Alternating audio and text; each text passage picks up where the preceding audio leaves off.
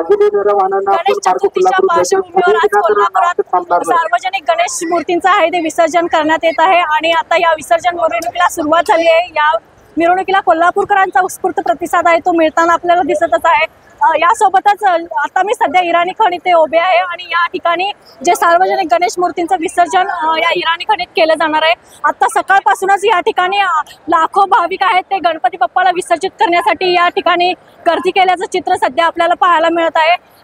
खरं तर गणपती विसर्जन करण्यासाठी गेल्या कित्येक दिवसापासून प्रशासनाची जय्यत तयारी आहे ती सुरू होती आणि अखेर आज गणपती विसर्जनाचं विसर्जन व्यवस्थितरित्या होत आहे आणि यावेळी गणपती विसर्जन व्यवस्थित पाण्यामध्ये विसर्जित करण्यासाठी एकंदरीतच 10 तारांची ती सोय करण्यात आली आहे। यासोबतच गणपतीला व्यवस्थित विसर्जन करण्यासाठी 4 क्रेनची देखील व्यवस्था करण्यात आली।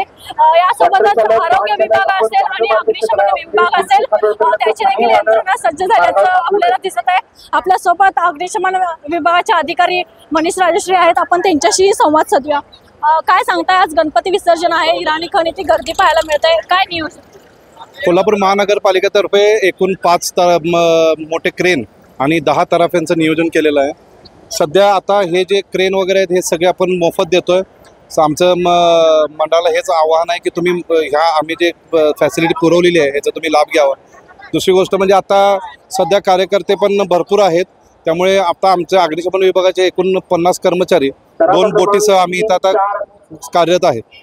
एकंदरीतच प्रशासनाची तयारी कालपासून म्हणजे गेल्या कित्येक दिवसापासून सुरू होती, पूर्ण झाली आणि आज कोल्हापूरकरांचा प्रतिसाद। माननीय प्रशासक मॅडम यांनी जसे जसे आमच्या ऑर्डर काढल्या त्यानुसार हे ऑर्डरनुसार आता काम चालू आहे आणि काम एकदम सुरळीत चालू आहे। आतापर्यंत कुठलेही आपल्याला मिसमॅनेजमेंट दिसलेलं नाही आहे, कारण का मॅडमनी त्या पद्धतीने आमच्या सगळ्या ऑर्डर्स काढल्या होत्या। आम्ही लहान गणपतीचे विसर्जन असेल किंवा आजचं विसर्जन असेल, मागच्या लहान गणपती पण आम्ही प्रॉपर एकदम व्यवस्थित आम्ही सगळे नियोजन केलेलं होतं। आता पण प्रॉपर नियोजन आहे। आता फक्त होप सो की हे निर्विघ्नप्रमाणे पार पडावं हीच पुढे आम्हाला आशा आहे। गणपती बाप्पाकडे काय साकडे घालतात? हेच पर्यावरण पूरक करा, नदी अशुद्ध करू नका, म्हणजे पर्यावरण पूरक गणेश विसर्जन करा। जे काही आपल्याला फेस्टिवल्स करायचे ते पर्यावरण पूरकच करा।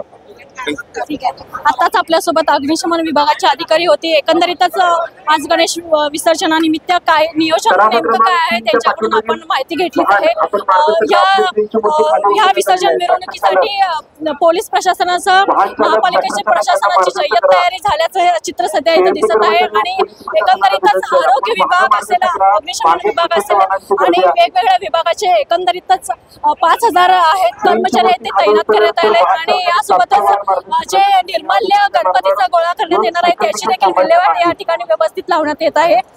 यासोबतच दिवसभर ही मिरवणूक असणार आहे आणि दिवसभर या खणीमध्ये हे गणपती विसर्जन आहे ते सुरळीत पार करण्याचं आवाहन अधिकाऱ्यांच्याकडून करण्यात आलं आहे। कॅमेरामन आकाश कांबळे सोबत मी अमृता पवार, जनप्रवास लाईव्ह।